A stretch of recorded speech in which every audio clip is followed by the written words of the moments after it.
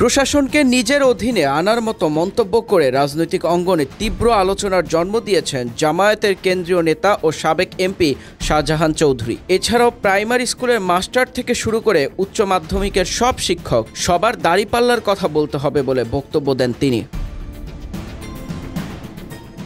চট্টগ্রাম নগরের GEC convention সেন্টারে শনিবার সন্ধ্যায় জামায়াতের নির্বাচনী দায়িত্বশীলদের সমাবেশে বক্তব্য দেন কেন্দ্রীয় কর্মপরিষদের সদস্য ও সাবেক সংসদ সদস্য শাহজাহান চৌধুরী। প্রধান অতিথি ছিলেন জামায়াতের আমির ডাক্তার শফিকুর রহমান। সমাবেশে শাহজাহান চৌধুরী বলেন, জামায়াতে ইসলামীর জন্য আজকের এই সুযোগ ভবিষ্যতে আর আসবে না।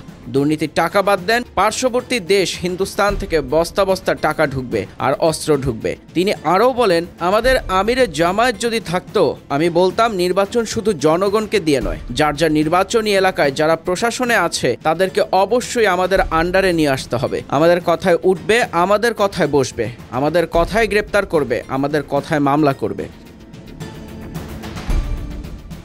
বক্তব্যের আরেক অংশে তিনি স্থানীয় পর্যায়ের নিয়ন্ত্রণ নিতে বলেন, প্রাইমারি স্কুলের মাস্টার থেকে শুরু করে উচ্চ মাধ্যমিকের সব শিক্ষক দাঁড়িপাল্লার কথা বলতে হবে। পুলিশ আপনার পেছনে হাঁটবে, ওসি সাহেব সকালে আপনার প্রোগ্রাম জেনে নেবে, ইউএনও সাহেব উন্নয়নের হিসাব নমিনি থেকে খুঁজে বের করবে। শাহজাহান চৌধুরী দাবি করেন, লোহাগড়া ও সাতকানিয়ায় শত কোটি টাকার উন্নয়ন সহযোগিতা করেছি, জনগণকে না দিলে নির্বাচনে জয় কঠিন। তিনি আরও বলেন, ফ্যাসিস্ট সরকার শুধু আওয়ামী লীগের লোক নিয়ে দেশ চালাতে গিয়ে জনগণ থেকে বিচ্ছিন্ন হয়ে গেছে, তাই জনতার আন্দোলনের মুখে তাদের নেতারা দেশ ছেড়ে পালিয়েছেন। তার এই বক্তব্য নির্বাচনকে ঘিরে নতুন রাজনৈতিক বিতর্ক তৈরি করেছে বলেই মনে করছেন পর্যবেক্ষকরা।